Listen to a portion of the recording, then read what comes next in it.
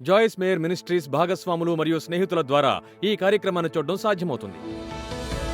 నేను జాయిస్ మేయర్ని. మీరు గాయపడిన ప్రతి చోట దేవుడు స్వస్థపరుస్తాడని నమ్ముతాను. అంత్యదినముల సూచనలో ఒకటి మత్తయి 24 చెప్తుంది, అనేకులు అభ్యంతర పడిదరు.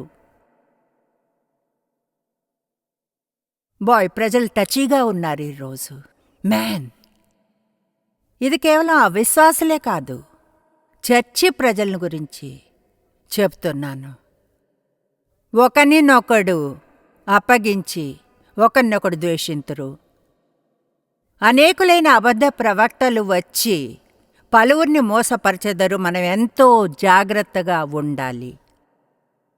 మోసం విషయంలో ఈనాడు మీరేదో ఆన్లైన్లో చదివినంత మాత్రాన అది నిజం అని కాదు. ఆమేన్. ఎవరిని గురించో మీరు నిర్దయగా ఉన్నది చదివినప్పుడు మీ నోటి నుంచి ముందుగా రావాల్సిన మాట, మీరది చెప్పినందుకు నేను దాన్ని నమ్మను. బైబిల్ చెప్తుంది, ప్రతి ఒక్క నింద ఒకరిద్దరు నమ్మకమైన సాక్షుల నోటి నుంచి నిరూపించబడాలని. అంటే నిజంగా దేని గురించి మాట్లాడుతున్నారో తెలిసిన ప్రజలు. గాసిప్ని విన్నప్పుడు ఇది చెప్తే క్రిస్ ఏమీ అనుకోదనుకుంటా. 3-4 ఏళ్ల క్రితం ఎవరో ఫోన్ చేసి ఆమెను గురించి ఏదో చెడుగా చెప్పారు. నేనన్నాను, నేనది నమ్మను, అది అసలు నమ్మను. నాకు ఆమె తెలుసు, నేనిది నమ్మను. అయితే నేను ఈ ఫోన్ని పెట్టేసిన తర్వాత ఏం చేస్తానో చెప్తాను. నేను ఆమెకు ఫోన్ చేసి అడుగుతా, నీకు గుర్తుందా ఫోన్ చేస్తే నువ్వన్నావు అది నిజం కాదు అని. తిరిగి ఆ అమ్మాయికి ఫోన్ చేసి నిజం కాదు, నీకెవరైతే అలా చెప్పారో వారికి ఫోన్ చేసి నిజం కాదని చెప్పు అన్నాను. తెలుసా ఎంత త్వరగా ఎవరి గౌరవాన్నైనా పాడు చేయగలము? మనం విన్న మాటల్ని ఇతరులకు చెప్పి, నేనైతే ఇతరుల గురించి మాట్లాడేవారు వారికి వారి గురించి ఏమీ తెలీదు, అది హాస్యాస్పదం. మొన్నొక రోజు ఆన్లైన్లో ఏదో చదివా, ఎందుకు చేశానో తెలీదు, నన్ను నేను చూసుకోవాలని అనుకున్నాను. సహజంగా అలాంటిదేమి చేయను. అయితే అనుకున్నాను, అసలు నా గురించి ఏం చెప్తున్నారో చూద్దామని. దాన్ని చూశాను. నేను చదివిన మొదటిది, ఆమె బట్టలన్నీ గూచి నుంచే వస్తాయి. అసలు నా దగ్గర ఒక పేరు గూచి సన్ గ్లాసులు కూడా లేవు, ఒక్కటి కూడా లేదు. ప్రజలు కల్పించుతారు ఏదైనా సరే. మీరేదో ప్రజల డబ్బుని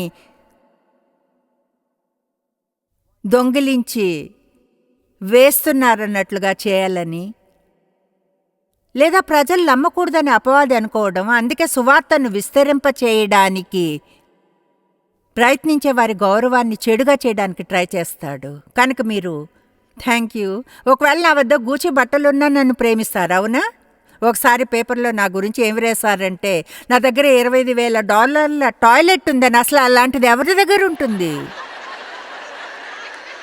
అన్ని డాలర్ల టాయిలెట్ని ఎవరు కొనగలరు? అంటే అన్ని స్టూపిడ్ విషయాలు. కనుక మీరు విన్న ప్రతిదీ నమ్మకండి. మీరేం చేసినా ఇతరులకు చెబుతూ వెళ్ళకండి, ఎందుకంటే జరిగేది ఇదే. ఎవరికైనా మీరేదైనా చెబితే వాళ్ళు దాన్ని నమ్మాలని అనుకోకుంటే, అది ఇంకా వారి మనసులో ఉంటే దాన్ని వదిలించుకోవడానికి ట్రై చేయాలి. అది వారిని ఇంకొంచెం సందేహించేలా చేస్తుంది ఆ వ్యక్తిని గురించి ఉన్నదానికంటే ఎక్కువగా. ఈ రోజున మనం కమిట్ అవ్వాల్సిన విషయాలలో ఒకటి, మనం ప్రేమలో నడవాలనుకుంటే ఒకరి గురించి మరొకరు మంచి విషయాలు చెప్పుకోవాలి. మీ మామ ఏం చెప్పిందో నేను చెప్తాను. ఏదైనా మంచి చెప్పలేకపోతే అసలేమీ చెప్పకండి. ఆమేన్. ఒకరినొకరం కాపాడుకుందాం. అలా చేయగలమా? మనంతా ఫ్యామిలీ, ఒకరినొకరం కాపాడుకుందాం. దేశములో అక్రమము విస్తరించుట చేత అనేకుల ప్రేమ చల్లారును. మరొక అనువాదం ఇలా చెప్తుంది, గొప్ప శరీరం యొక్క ప్రేమ చల్లార్ను అని దాని అర్థం సంఘము. ఏం జరుగుతుందంటే ప్రపంచంలోని సమస్య అంతటి వలన ప్రజలు దాని మీద ఫోకస్ నుంచారు. మీకు తెలుసా ఎంతగా సమస్య మీద ఫోకస్ నుంచితే అంత నీచంగా చేదుగా అయిపోతారని? అపవాదిని స్వయంగా అందులో పడివేసి మనం దేవుని మీద ఫోకస్ నుంచాలి, ప్రజలకు సహాయం చేస్తూ ఇతరులకు ఆశీర్వాదంగా ఉంటూ ప్రేమలో నడవాలి. కొన్నిసార్లు హెల్ప్ కావాలి. నేను లవ్ అనే టాటూని యాంకిల్ మీద వేసుకున్నా. నా కాలిని చూచిన ప్రతిసారి ప్రేమలో నడవాలని గుర్తు చేస్తుంది. హెల్ప్ కావాలి, నాకు గుర్తు చేయబడాలి. ఆమేన్. ఇంకొకటి కూడా వేయించుకున్నా, ఇదిగో ఇక్కడ. వేసినతను చెప్పాడు, నేను డేవ్ టాటూ వేయించుకున్న వయసైన వారమని. నేను యేసుకు సొంతము అనేది ఇది. అపవాది చూసావా, రక్తంతో కొనబడి సొంతం చేసుకోబడ్డాను. అయితే డేవ్ ఒక అమెరికన్ ఫ్లాగ్ని వేసుకున్నారు. ఇప్పుడు టాటూ వేసుకోవడం దయ్యపు చర్య అని అనుకుంటారు. చూడండి, బైబిల్ యెషయాలో చెప్తుంది, చేతుల మీద టాటూలు వేయించుకున్న వారున్నారని, నేను దేవునికి సొంతము అని. యెషయాలో దేవుని హస్తముల అరచేతిలో మన చిత్రపు టాటూ ఉందని చెబుతుంది. కనుక మీరు ఒక అభిప్రాయానికి వచ్చే ముందు పూర్తి గ్రంథాన్ని ఎందుకు చదవరు? ఆమేన్.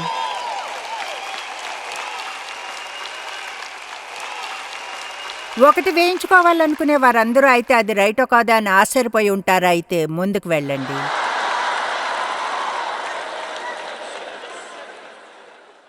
అందర్నీ ప్రేమించమని దేవుడు ఆజ్ఞాపించాడు. లూకా 6:32. మిమ్మల్ని ప్రేమించేవారినే మీరు ప్రేమించిన ఎడల మీకేమి మెప్పు కలుగును? పాపులను తమ్మును ప్రేమించి వారిని ప్రేమింతురు కదా. కనుక మిమ్మల్ని ప్రేమించే వారినే ప్రేమించడం అంటే అది మీ గురించి ఏమీ చెప్పదు. నిజంగా దేవుడు చెప్తున్న లాంటి ప్రేమను తెలుసుకోవాలంటే మీ పట్ల నీచంగా ప్రవర్తించే వారిని ప్రేమించాలి, మీ పట్ల మంచిగా లేని వారిని. మీరు అనొచ్చు, అలా చేయడం కష్టం. ముందు మీరు అలా అనడం మానివేయాలి, అది కష్టము అని. మనం చెప్పే సాకులు అతిపెద్ద సాకు, అది చాలా కష్టం, చాలా చాలా. ద్వితీయోపదేశకాండం 30 చెప్తుంది, దేవుడు చేయమని చెప్పింది ఏదీ కష్టం కాదు. కనుక మనం ఇలా అనడం ఆరంభించాలి, దేవుడు ఏం చేయమని చెప్పినా చేయగలను, అది కష్టం అని కాదు. బైబిల్లో ప్రేమ అనే పదాన్ని ఎక్కువగా చూస్తాము. గ్రీకులో 4 గ్రీకు పదాలు ఉన్నాయి. ఒకలా అది అవమానము, ఎందుకంటే అప్పుడు దాని అంతటినీ చేర్చివేస్తాం. పక్కింటి పిల్లిని ప్రేమిస్తాం, ఐస్ క్రీమ్ని, మన పిల్లలను, మన ఇంటిని, మన కార్ని ప్రేమిస్తాం. అటువంటి ప్రేమంతా మనం చెప్తున్నది ఒక వార్మ్ ఫజీ ఫీలింగ్కి సంబంధించింది. చూడండి, ఎవరైనా మిమ్మల్ని అవమానపరిచినప్పుడు ఆ హాయిగా ఉండే ఫజీ ఫీలింగ్ ఉండదు. వాళ్ళని గదిలోంచి తోసివేయాలనుకుంటారు. ఒకటి తెలుసా, 45 ఏళ్లుగా బైబిల్ చదువుతున్నందున తెలుసుకున్న వాటిల్లో ఒకటి, మీరు తప్పైంది చేయాలని ఫీల్ అవ్వవచ్చును, అయినా రైట్ ఏంది చేయాలని ఎంచుకోగలరు. కమాన్, చెప్పింది విన్నారా? శరీరంలో నడవడం అంటే మీ ఫీలింగ్స్ ప్రకారంగా లేదా మీ అహికమైన మనసు ప్రకారంగా నడవడం. దాన్ని మళ్ళీ చెప్తాను, మీరు తప్పైంది చేయాలని ఫీల్ అయినా రైట్ అయింది చేయడాన్ని ఎంచుకోగలరు.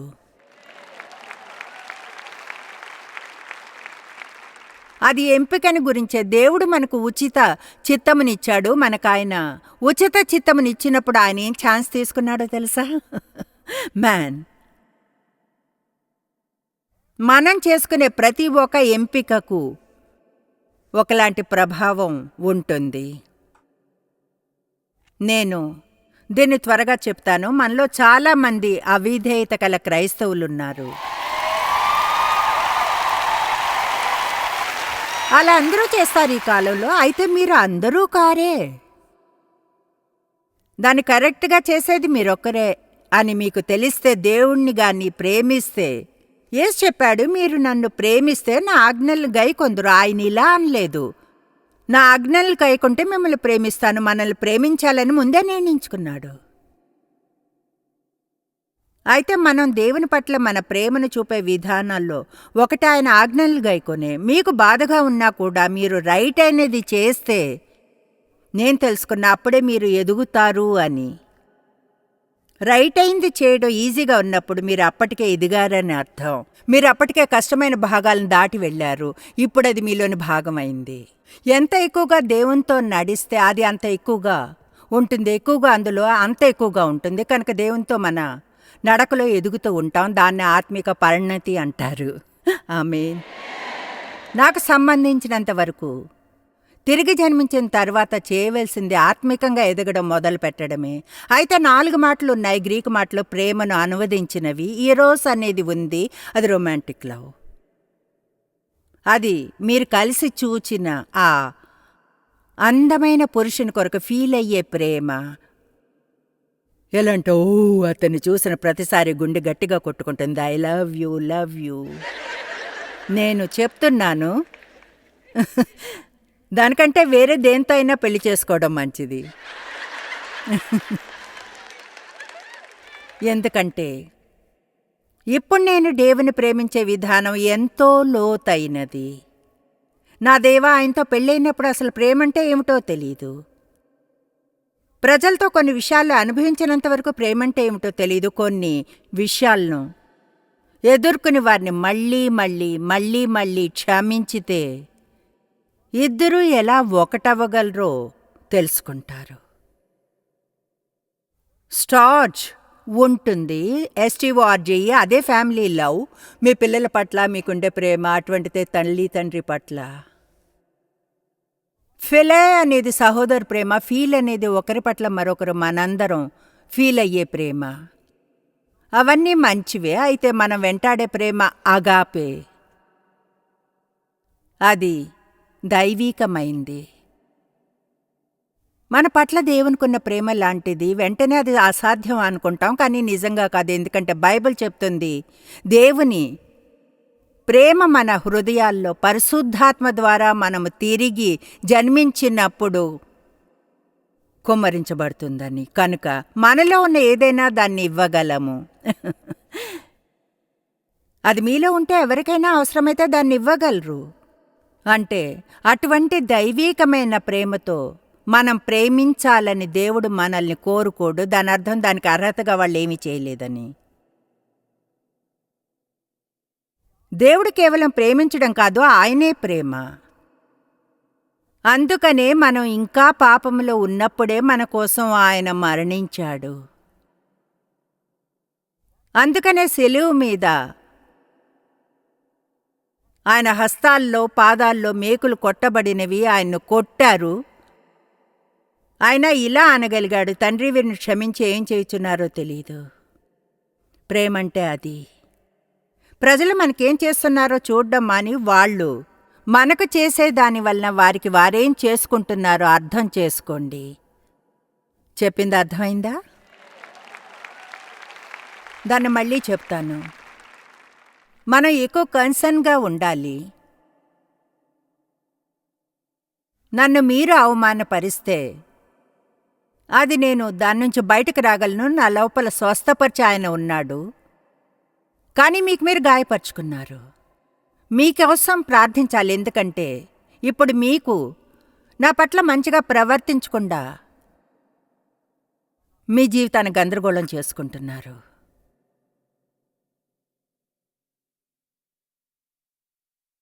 నాలుగు రకాల ప్రేమల్లో 3లో భావుకత ఉంది. అయితే దేవుని దైవీకమైన ప్రేమలో లేదు. ఉండవచ్చును, ఉండకపోవచ్చును. మనం ప్రజల్లో అదే విధంగా ప్రేమించాలి అనుకుంటాడు. మనకు ఆ ఫజీ ఫీలింగ్ ఉన్నా లేకున్నా సరే. ఇప్పుడు నాకు తెలుసు, వెంటనే కొంతమంది అనుకుంటారు ఖచ్చితంగా ప్రజలు మనల్ని డోర్మెట్గా ఉండి మన మీద నుండి నడుచుకుంటూ అవమానపరుస్తూ అబ్యూస్ చేస్తూ వెళ్ళాలని దేవుడు కోరుకుంటాడని. లేదు, అది కాదు. నేనంత దూరం చేరుకుంటానని దాని ఆధారంతో సహజంగా అనుకున్నంతగా కాదు. నేను చెప్తున్నాను, కొంతమందిని మీరు దూరం నుంచి ప్రేమించాలి. చాలా కాలం నా తండ్రిని దూరం నుంచి ప్రేమించాల్సి వచ్చింది, ఎందుకంటే ఆయన సెక్షువల్ అబ్యూజర్. ఆయనకు దగ్గరగా ఉండడం సురక్షితం కాదు. ఎవరు మీరు అబ్యూజ్ అవ్వాలనడం లేదు, కొట్టబడాలనో లేదా ఎవరో మీ గురించి చెత్తగా మాట్లాడాలనో, ఎప్పుడు మిమ్మల్ని కించపరుస్తూ అవమానపరచాలనో. ప్రజల్ని ప్రేమించాలన్నదే దేవుని కోరిక. నిజంగా అదేమి దేవుడు మనల్ని చేయమంటుంది కష్టమైనదేం కాదు. కానీ ఒక ముఖ్యమైన విషయం ఏమిటంటే ప్రేమ, దేవుడు కోరుకునే ప్రేమ అనేది ఒక ఫీలింగ్ కాదు. కనుక దాన్ని అర్థం చేసుకోవాలి, లేదంటే ఎన్నడూ చేయలేము. అది ఒక ఫీలింగ్ కాదు. ఆమేన్. అది దేవుని విషయమే మీ లోపల ఉంది. ఒక విషయానికై సహోదరుని ఎన్నిమార్లు క్షమించవలనో, ఎన్నిసార్లు అవసరమైతే అన్నిసార్లు. ప్రేమ అనేది దీర్ఘకాలం సహించును. అనుకుందాం, ఒకలా దాన్ని ఇలా చెప్పాలి, దీర్ఘకాలము సహించును. ఆమేన్. నేను ఊహించుకోగలను, డేవ్కి నాకు పెళ్ళైన మొదటి 5-6 ఏళ్ళు ఎంతో దీర్ఘకాలము సహించారు. నేను ఈ రోజున ఇక్కడ ఉండడానికి ఉన్న కారణాల్లో ఒకటి, డేవ్ నాకు ఇటువంటి ప్రేమను చూపించినందునే. అది ఆయన దేవుడు నా కోసం సరైన మనిషిని ఎంపిక చేశాడు. నా మొదటి భర్త సంబంధంలో ఉండగానే అతడు నాపై అధికారం చేసి అవమానపరిచేవాడు. రాత్రుళ్ళు పడుకుని దేవునికి ప్రార్థించేదాన్ని, నన్ను ప్రేమించేవారినైనా ఒక రోజున ఇస్తాడని. నన్ను చర్చికి తీసుకుని వెళ్ళేవారిని ఇవ్వు అని ప్రార్థించాను. అంటే నా 9 ఏళ్ల వయసులో తిరిగి జన్మించాను, దేవుణ్ణి సేవించాలనుకున్నాను. ఏ సహాయం లేకుండా ముందుకు సాగలేకపోయాను. నేను చెప్తున్నాను, ప్రేమ నిజమైంది. దేవుని ప్రేమ లాంటి ప్రేమకు మనకంతగా తెలియని గుణములు ఉంటాయి. లోకంలో వెంటనే గుచ్చేవారు చాలామంది ఉంటారు. జాన్ ఆట్బర్గ్ వారిని పాక్యుపైన్ పీపుల్ అన్నారు. చూడండి, ఒక ముళ్ళపందికి 30,000 క్విల్స్ ఉంటాయి. దాన్ని కాపాడడానికి బయటకు వస్తాయి. తెలుసా, మనం అన్ని రకాల స్టఫ్డ్ యానిమల్స్ని ఇస్తాం. నేను ఎన్నడూ స్టఫ్డ్ పార్క్యుపైన్ ఇవ్వలేదు. ఏదో ఒకలా అవి నిజంగా ప్రేమించేలా ఉండవు. అయితే తెలుసా, మేటింగ్ సీజన్లో కూడా పార్క్యుపైన్స్ కలవడానికి ఒక మార్గాన్ని చూసుకుంటాయి.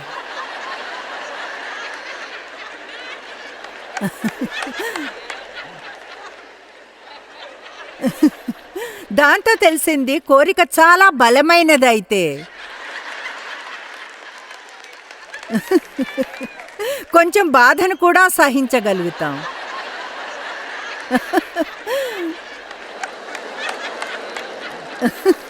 కనుక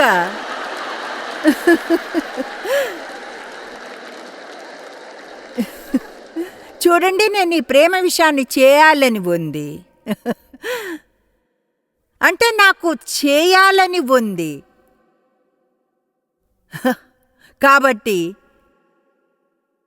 దేవా సహాయం చెయ్యి. నా కాలి మీద ప్రింట్ చేయించుకున్నా, ఒప్పుకుంటాను. దాని గురించి చదివాను, బోధించుచున్నాను. నేను అది చేసేంత వరకు నోరు మూసుకోను. ఆమేన్.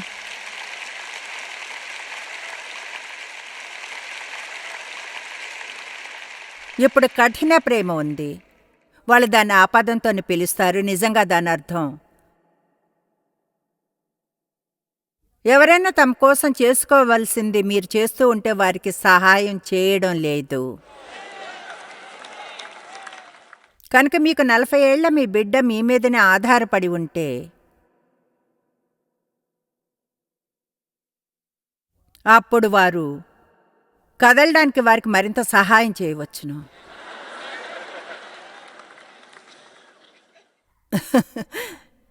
చర్చ్ అంతా ప్రేమతో కలిసిపోయి ఉందని అనుకుంటాను. మేము వారికి ప్రేమను చూపించాలి.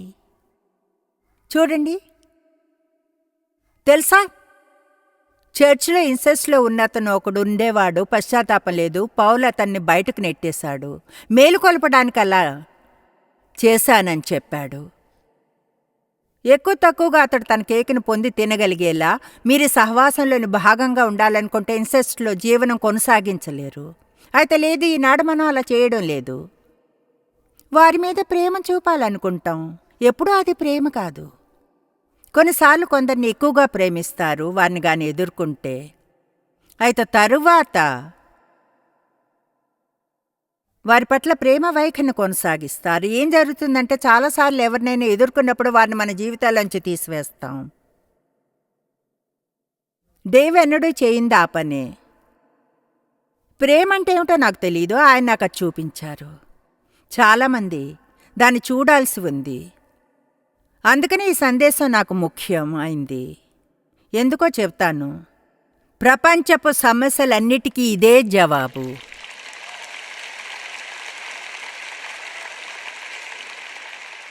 వాళ్ళు యేసును అడిగారు, అన్నిటిలోకి ముఖ్యమైన ఆజ్ఞ ఏది అని.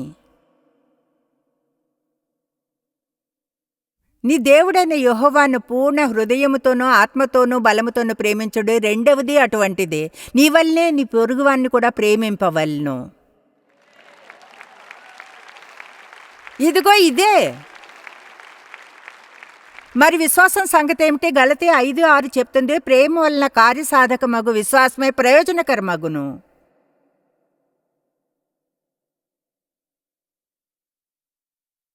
యేసు మార్కు 11లో మనకు చెప్పాడు,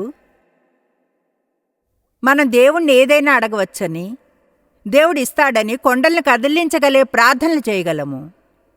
అయితే బైబిల్లోని అయితే ఒకవేళ మీద గమనం ఉంచాలి. ఎవరి పట్లైనా విరోధంగా ఉంటే వదిలివేసి పోనివ్వండి. అవును, వదిలివేసేయండి. లేదంటే మీ ప్రార్థనలకు జవాబులు రావు. రోజు 5 గంటలు మధ్యవర్తిత్వం చేసినా నాకు అనవసరం. క్షమాపణలేమి ఉంటే మీ శ్వాసను వేస్ట్ చేసుకుంటున్నారు. యేసు చెప్పాడు, మీకు ఒక కొత్త ఆజ్ఞని ఇస్తున్నాను. ఒకటి, అందరూ చెప్పండి, ఒకటి.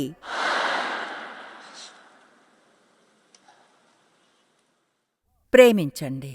దేవుడు మిమ్మల్ని ప్రేమించినట్లుగా ప్రజలను ప్రేమించుడి. ప్రేమించడం ఎంతో వినోదంగా ఉంటుంది. మీ శత్రువులను ప్రేమించడం కూడా. ఎందుకంటే వాళ్ళకది అర్థం కాదు. అదెలా అంటే మీకేమైనా పిచ్చా? వాళ్ళకది అర్థమే కాదు. అదే కఠినమైన చల్లని హృదయాలను కరిగించగలదు. శత్రువుల పట్ల మంచిగా ఉండమని దేవుడు ఎలా చెప్పగలడు? నీ పొరుగువాన్ని ప్రేమించు, శత్రువుని ద్వేషించు అని. నేను చెప్తున్నాను, శత్రువులను ప్రేమించి మిమ్మల్ని హింసించే వారి కోసం ప్రార్థించండి. కనుక కేవలం 3 సింపుల్ విషయాలను చేయమని దేవుడు చెబుతూ ఉన్నాడు. ప్రేమ అవసరతలు నెరవేర్చడానికి. మిమ్ములను గాయపరిచిన వారి కోసం ప్రార్థించండి. వారిని శపించకండి, బ్లెస్ చేయండి. దాని అర్థం వారిని గురించి చెడుగా కాదు, మంచిగా చెప్పండి.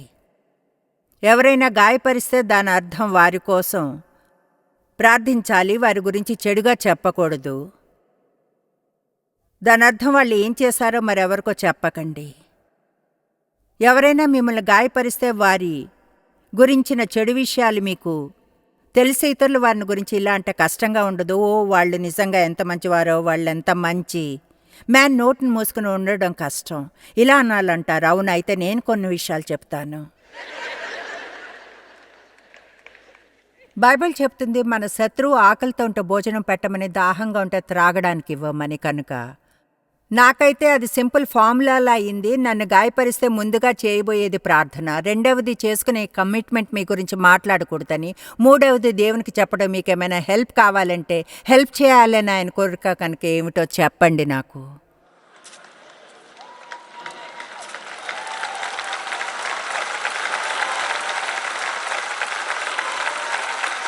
అలా చేయడం ఒక సవాలే. అయితే అదొక్కటే ఈ జబ్బుగా ఉన్న దుఃఖకరమైన మనం నివసిస్తున్న లోకాన్ని మార్చగలదు. చూడండి, చాలామందే ఉన్నారు, కనీసం క్రైస్తవులమని దావా చేసేవారు. మనం బయటకు వెళ్ళి అలా ప్రవర్తిస్తే దేవుని ప్రేమతో ప్రజలను ప్రేమించడం మొదలు పెడితే ఈ అగాపేతో నేను నమ్ముతాను నాకు పిచ్చి అని మీరనుకుంటారు. అయితే మనం లోకాన్ని మార్చగలమని నమ్ముతాను. యేసు ఈ సందేశంతో లోకాన్ని తలక్రిందులుగా చేశాడు. ఆమేన్.